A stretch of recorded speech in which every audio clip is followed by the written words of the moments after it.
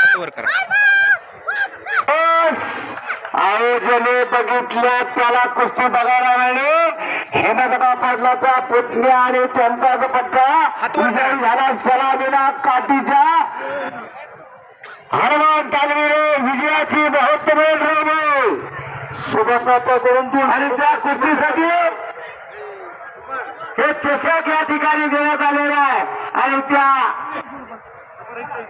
समर्थना संघटनिक शेळी यांच्याकडे 500 रुपयाचा बक्षीस झालेला आहे. सदाशिवक मुळे यांच्याकडून 100 रुपये.